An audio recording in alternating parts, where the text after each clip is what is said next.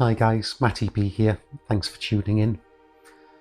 As I mentioned in my previous video, this video will be going into more detail on all the factors which are causing the mental health epidemic, which is coming or is already here.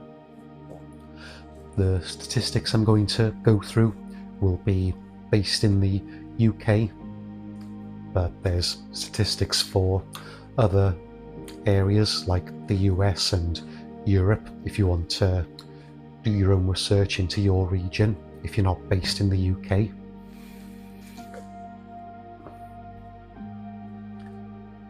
So in no particular order, starting with addiction.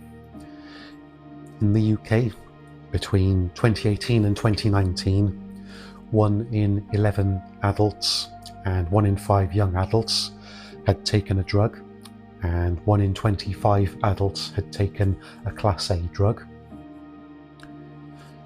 2,917 deaths in the UK are a result of drug misuse.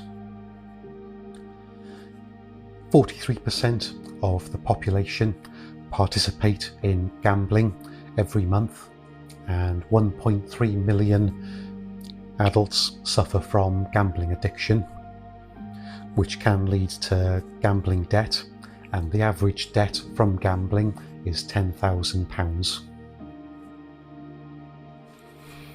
In England alone, there are 602,391 dependent drinkers. Only 18% of these are reaching out for help. In 2022, 60,000 people sought help for a problem with porn addiction, which was double the number in the previous year. So last year and this year, that number will have probably increased even further. Other addictions then, like TV and internet addiction, but these are much harder to quantify.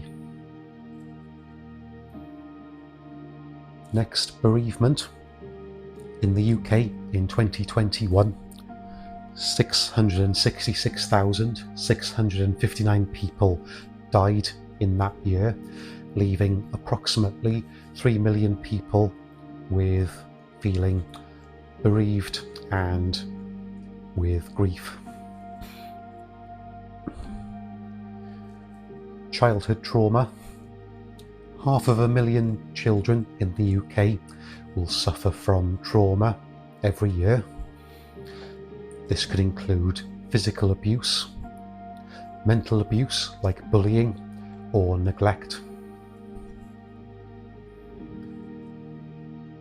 As we all know, we've been through a pandemic because of COVID-19, and at the height of the pandemic we were all told to stay at home and self-isolate to protect the elderly, the vulnerable, and to reduce the strain on our NHS.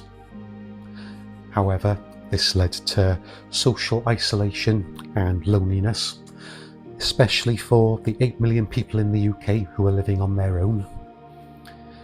50% of people feel lonely at least once every week, and 7% of people suffer from chronic loneliness.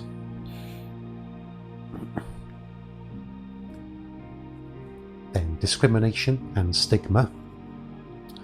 For men in general, there's been a culture of needing to be strong, stoic, masculine, and self-sufficient, making it difficult for them to be able to reach out for help.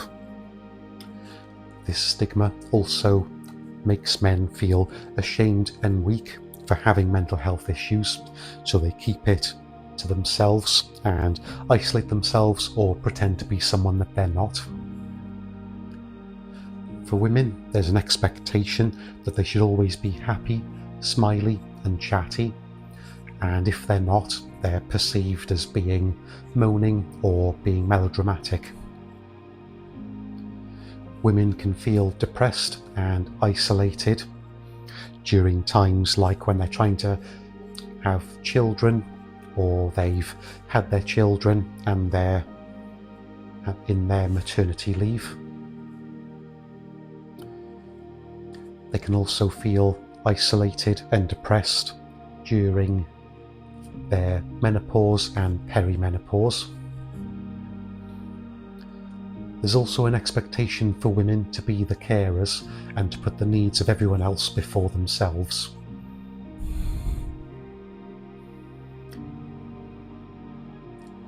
Some more specific discrimination and stigma then. A third of people from minority groups have experienced racial assault. Almost half of the LGBTQ+ community have experienced discrimination in their workplace because of their sexual orientation. 16% of people with a mental or physical disability have experienced disability discrimination, and 44% have avoided situations because of their disability. Next, eating disorders. Between 1.25 and 3.4 million people are affected by an eating disorder, such as anorexia nervosa, bulimia, and binge eating disorder. Relationship breakdown. 42% of marriages in the UK end in divorce. There are nearly 2 million people in the UK who are single parents. 27% of these are divorced, 69% are single or separated, and 4% are widowed.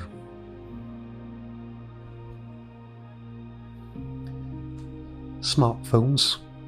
Globally, we spend 6 hours and 58 minutes on average per day on our smartphones. This has led to social isolation because we're spending more time on our phones in our digital virtual world than ever before, rather than going out in the physical world and experiencing the world. I can count myself fortunate because growing up I didn't have a mobile phone until I was about 14, 15, and even when I did, it was a brick phone like a Nokia. Other brands are available, and because I didn't have a mobile phone, I had to think of other ways to entertain myself, whether that was playing football or hockey or skating in the street, going up the park, or going into the woods and building a den. A lot of children don't do this now because they've got their screens in front of them almost 24/7.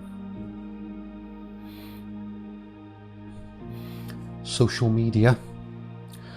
Both men and women feel under pressure to look and behave a certain way, especially in this modern world with social media, where people are posting photos and videos of their perfect selves. Men with their six-packs, women with their hourglass bodies and flawless skin.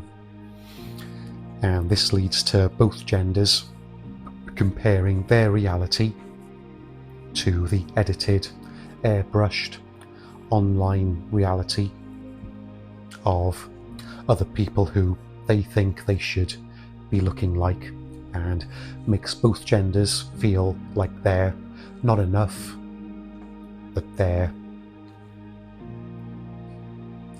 almost like they're a bad person because of their imperfections. Stress. 72% of people are struggling with stress.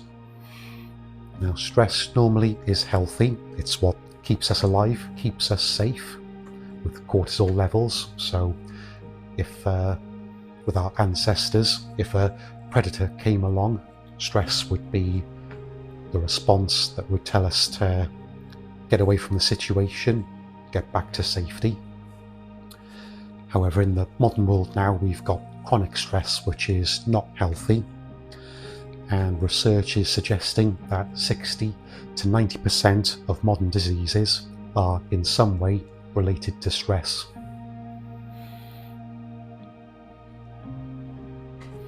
Unemployment, or losing your job. Almost 1.5 million people in the UK are unemployed, and 48% of people who are employed are worried about losing their job. Homelessness, or poor housing. 3,000 people in the UK slept rough in 2023, and 279,400 people are living in temporary accommodation. Being a carer. In England and Wales in 2021, an estimated 5 million people aged 5 or older were registered as unpaid carers.